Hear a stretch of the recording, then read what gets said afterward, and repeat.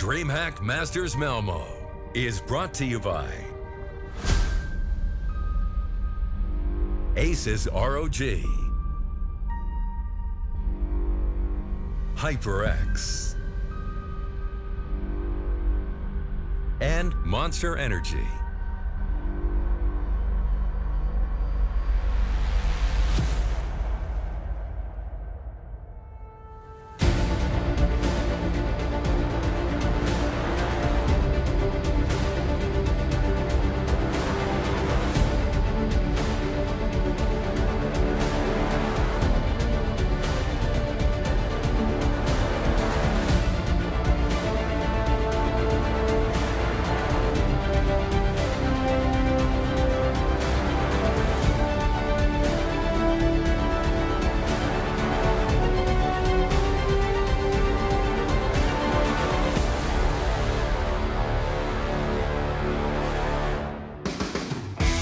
DreamHack Masters Malmo 2017, and it is our third day here in the Malmo Arena. You'll be joining us soon, but for now, you just have to go ahead and sit back, relax, recline, and enjoy. Another 4 best of 3s for you to devour today. Some of them could be even more bloodthirsty than they were yesterday. We did have teams securing themselves a spot in the playoffs yesterday, 4 of which are going to be sitting back and just chilling out today, as the rest will be trying to keep their head above water. 4 teams going home, 4 in the arena. It's going to be a lot of fun. That's not how maths works, but either way, I'm your host, Machine, and I am joined by some beautiful human beings who I will introduce to you after, reminding you once again, this wouldn't happen. This wouldn't exist. There would not be a prize. We would not have you guys sitting in that Malmo Arena this weekend without our sponsors, so a big thank you to them. Monster Energy, none other than Aces ROG and HyperX as well. So all of those guys coming together, especially Monster this morning. It was a long day yesterday. A bit of caffeine certainly wouldn't go amiss. We have Chad Sponge Birchill, none other than Mr. Jacob Pimp Vinica, and Janko YNK Paunovic. I don't drink coffee. Shame. I don't know, I need something else. Why don't you drink to help me out in the morning? I don't know. My grandma told me my tail is gonna grow out if I drink coffee. That must be a Serbian one. Yeah, when I was a kid, so I never did it. Did you guys have, if you eat the crust on your bread, you grow hairs on your chest? Did you have that one? Nope. Yes, actually, that's an English thing as well. It's Commonwealth, yeah. Well, we should be very similar, one would assume. I don't have a hairy chest, though. You do. Yeah, I was thinking for Janko, we could go get him. There's like a nice little juice shop over the road. Like they do fresh squeezed juices. Smoothies. It's not going to wake you up. No? Ah. Is it? Tea? Tea could, I mean, there's caffeine. It does have caffeine in it. Yeah. Might as well drink the coffee, yeah. Did you not know that? No. Guys, we are learning so much today. Do you know what I learned this morning? That Jacob, this supermodel in the middle, you went for a run last night. Are you insane? Yeah. How much sleep did you have? Like 1 hour? Yeah, you're insane, or yeah, you went for a run? Both. No, I was like sitting down the whole day yesterday. So fair. It is. We're walking back to the hotel. He's like, yeah, I think I'm going to go for a run. And I was like, I use this as an excuse not to do exercise, mate. So I don't know what you're thinking. I also went for a run. I ran all the way to the bar. Yeah, exactly. And I ran all the way to my 6 hours sleep. I'm feeling fresh as a daisy, and so should you. Because if you are up at this time, you have so much to dig your teeth into. I know some of the games may look a little scary on paper for some of the fans. Cloud9, of course, up first, up against Big Dogs SK. We'll be talking all about that. Gents, is there a write-off? I'm just having a little think Renegades about it now. versus Na'Vi on paper is a write-off, Alex, but on paper? Never doubt those Australians. Yeah? They got that go-to spirit. I don't know what that means. But I mean, I like what you're going for there. I'm excited. Yeah. Bloody hell. Bloody hell. Put a shrimp on the barbie. G'day, mate. G'day. All right, we're going to go ahead, and I think that summation is perfect for what's happening over in Group B, but why don't we go ahead and have a look what happened yesterday. There has been 2 days already of play, and yesterday we saw 4 best of 3s where 4 teams are locked in for the playoffs. Some big names in there, the likes of North causing a stir, Astralis making sure they get to go ahead and perform at least close to Denmark, and we'll find out how all of that looked right now.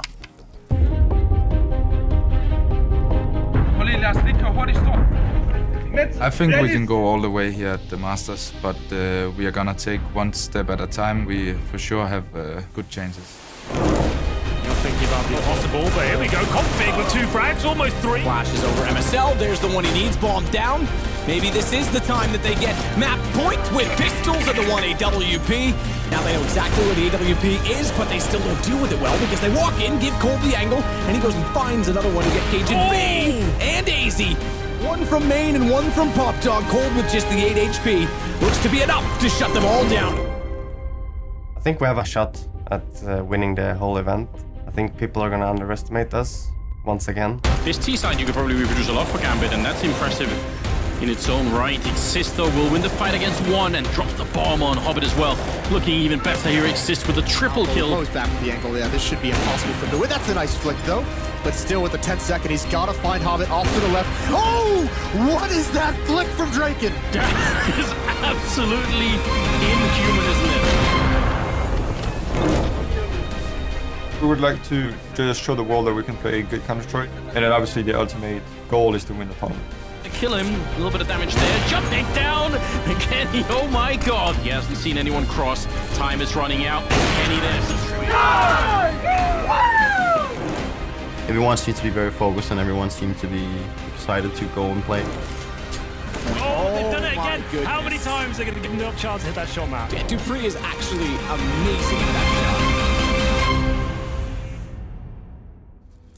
North, Astralis, Ninjas in Pajamas, and G2. We got to hear from all of them there and see as well what they got up to. This was North's group, and you can see that they have managed to lock themselves in after a win versus not only Cloud9, but also getting to see them picking it up versus SK in the best of 3. Full 3 maps, they were tested. In fact, that whole game and that whole series was one that had our analysts baffled to a certain extent. A win on train of all things. Losing Cobble, it was a real adventure for everyone involved.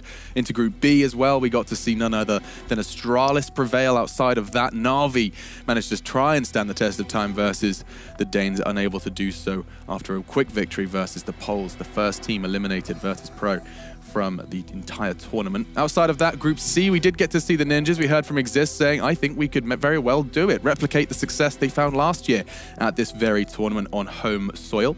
Getting to see FaZe Clan as well. We'll be seeing more from them as they battle versus Gambit to keep themselves in the running here.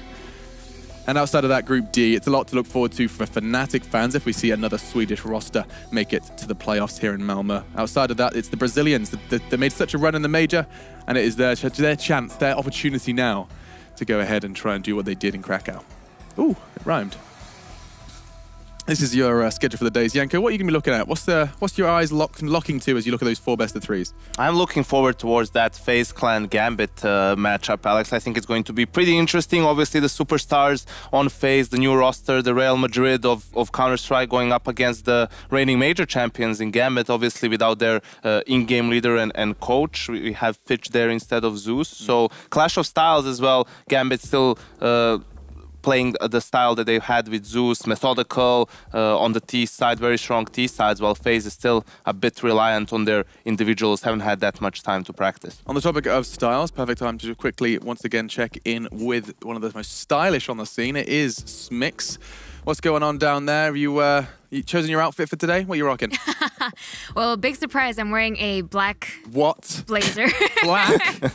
And a similarly dark top. Dude, me and you are in the same boat. And big surprise, black pants. Oh, black on black on black. Dude, if you open your wardrobe, do you ever look for that one black top and then you realize that there's no chance you're going to find it? That's me. That's my life. Sometimes it's really hard in the sea of black. So yeah. I think you need a raise. You don't have to be borrowing pants from Henry. You know, I think it's about time you're able to afford your own. Hey, I like the ripped pants. You actually have got a little rip in your knee. Yeah, I hope you're okay with that. I like how it looks on him. I just wanted to, take after it. Yeah. So, dude, same question actually I asked you yesterday because I'm intrigued. You know, was there anything that you learned yesterday that kind of stands out coming into today, or was it more of just another day in the office? I'm trying to remember who I talked to yesterday. I talked to Glaive from Astralis, MBK. Who talked to MSL, I think. MSL. And MSL. There was one more. The Ninjas exist. And the Ninjas, yes. Yeah, I think it was really interesting. I think talking to NIP was interesting, especially talking to Draken. I hadn't spoken to him before, as I usually only spoke to Exist, Freiberg, back when he was still on the team, etc. So it was interesting talking to Draken and hearing his perspective on everything, especially since he's still one of the newer members of the team and adjusting to all of this. I think it'll be especially interesting to see how they react once they are in the Malmo Arena and they see how crazy those fans will be cheering for them, because it is absolutely nuts. You can testify, so you were here last year. It does get loud. It was absolutely magical. It's magical as well to have you with us. So you're just going to be hanging out, talking to players again today over on that floor. That is, I will be here indeed. Perfect. That is Sue. That's Smix. We'll be seeing more from her once we have a Victor locked in for this one. It was pretty crazy last year. The atmosphere and everything. We almost lost Henry to the pyrotechnics. Like we every did, time yeah. because we had the flames and everything when the bomb actually exploded. Henry was always caught so much off guard by it. It's pretty funny.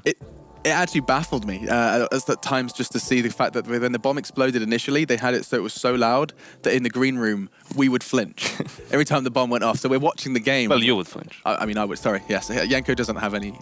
Used to bombs, of course. Yeah, Wells wasn't taking it there.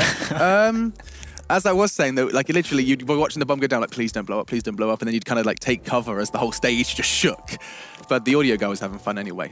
Maybe we'll see what happens this year once we get to the playoffs. We have to get there first, and in order to do so, we need a result from this game. North versus South, SK taking on Cloud9, and it's going to be an intriguing one. I know, Chad, you've kind of you've been thinking about this one like throughout the night, into the morning. You've been kind of mulling this one over as to, how to separate these two American teams. I gave you an MA 15+ version in the green room just before, Alex, but we'll keep it PC for this. Keep it PG-13. Yeah, so we've got SK, still arguably one of the best teams in the world, if not the best team in the world right now. They didn't look very hungry yesterday. That's what I think their issue was. When I say yesterday, am I talking about yesterday? It all just feels like the same bloody day. But, they didn't look as hungry as they probably could have. And they still have some of the best players in the world in this roster right now. And they need to turn up today and they need to be hungry to get this victory because this is a Cloud9 who we know not a lot about. We know that Tarek's in-game leading, which confuses everybody, but we'll stay on that SK thread for a little while longer before I get off. But Phelps was a player who, he didn't have any issues getting warmed up. He didn't have any issues starting the day yesterday with a lot of frags and actually having a big impact for his squad, especially on that first map of Cobblestone. It just seemed, they were a bit shell-shocked when they moved into the train trap card that North had laid out for them. They didn't know how to react. It just didn't look like they were themselves. Taka was being exploited inside. It meant they have to cheat Fur over. They even had the two of them there, and they were still getting played, I suppose is the best way to put it. And then you move over onto that final map, and they just didn't have any answers. They couldn't get their economy going. North had a really good plan, and made life very difficult for this roster. And of course, a quick reminder, Jacob, is just that, they did win 3 out of the 4 events on their summer tour, the major being the one they couldn't quite seem to get under their belt. These guys are still on top of their game, a bad best of 3 aside. They sure are, and that's why it puzzles me when Chad says that SK are not looking hungry, because they should be, They did win 3 tournaments in a row and then end up missing the biggest one, the major, So they should be hungry to come back, and DreamHack Masters is probably the biggest tournament we're going to have on this side of the season, if not one of them at least. So they should be hungry to get back into winning ways, and it does puzzle me a little bit, and I think it might just be some group stage problem for SK. We've seen more and more of that coming from them. Usually they used to be dominant in the group stage, but they've shown before that they can scramble a little bit in the group stage and then turn up in full force in the playoff. And Yanko, you're given the fun-loving job of talking about the other side of the coin, Cloud9. I'm not sure if it's necessary, Alex. I just saw Taco chug on a can of Monster Energy, and I think that's the GG. Monster Energy brings victory. And what's your email address so they can send you... 1k@rumonfire.tv. Thank you very much. But okay, if you really want to, I can talk about Cloud9. Chad alluded to one of the more interesting things about this new roster is that Tarek is the in-game leader. Now, whether that is spurred on because of Optic's good performance at Cologne, where he was in-game leading at that one tournament, or just simply no one else wants to do it, including Stewie, who was the leader for most of the time in that lineup, and automatic for a little while. We have to see how that pans out, seeing as, I don't really see Tarek as someone who can lead the team in a very structured way, right? If he's an in-game leader, I look to him and I think, okay, he's going to run a Puggy style, he's going to direct his players maybe a little bit in general, but they're going to have a lot of freedom making moves, which when you look at the roster is maybe the way you want to run it, at least in the beginning. Like so Stewie, you see him on your screen, very good at playmaking, creating space for the rest of his teammates, and I'm very interested to see how Rush will perform in this lineup, because he's been one of my favorite players towards the end of last year when Optic was really good with Stanislaw in the lineup, and his performance really seems to have suffered when Optic was struggling to have even a stable 5th. So I'm hoping for a resurgence of Rush. A resurgence of Rush. A lot of people crossing our fingers and toes just to see how these two players do integrate. Now, when we start discussing maps, I guess this is where it does become quite difficult to really have too much structure to it, Jacob. If I ask you just kind of think out loud for us, though, we see Cloud9 banning Overpass. I guess this is going to be a question of, you've got 2 new members. I imagine your map pool is incredibly shallow. Just try and get it somewhere comfortable for at least one of them. Most likely shallow, yeah, and they're probably willing to take chances, you know. Also considering they're going up against SK, you know, it's a game where they have nothing to lose in that sense, you know. So they're willing to take chances and maybe willing to pick a map that they don't normally feel comfortable on. It also depends on how Tarek feels about the game, you know. As Janko said, it's a bit worrying, I'd say, you know, that Tarek is the in-game leader now, you know. Like, I looked at the C9 lineup and I thought potential, but the fact that they're already starting now to like switch around the in-game leader role and like, you know, they're scrambling from the beginning, I feel, you know, and that's not the start they need, you know. They need some more consistency. Yeah, for me, this was meant to be Stewie's Cloud9, right? Exactly. This was meant to be the new era. He was meant to be the one leading this ship, and he was he's the kid that's been driving them in the last, you know, 6 months to a year. If we go all the way back to Sao Paulo when they were actually toppled SK on Nuke, that we did see SK banning out there. Cloud9 picking Train, because that looked like a weakness. Yeah, that looked like a weakness for SK yesterday when they played against North, and then SK following up with that Cobblestone pick that they absolutely destroyed North on. It looked like they were going to run away with the series from that point. We're seeing some trends already. Yeah, and I felt the wrath of this map from these boys before, and they can just really steamroll. They can get a lot done on Cobblestone. Their players know how to take advantage of the map territory that's given to them, and Cloud9 banning out Cache, that used to be like a home map for the Americans, so moving away from that one, it seems. Isn't SK's Cache? Oh, Miragi. Oh, we get Mirage. To be fair, they're all terrifying. When you talk about SK, it's kind of hard to try and find a weakness, a chink in the armor. Interesting to see that other teams have picked up the fact that SK are not as dominant as on Train anymore. Yeah. You know, they used to be like the force on Train, and what was it, 16 or 17 wins in a row on Train. You know, other teams, even though they started to scramble, were not comfortable picking it now. But we see Cloud9 actually going in actively and forcing Train onto SK. You know, that's going to be interesting to see how they're going to handle that. Did SK ban Nuke, Janko?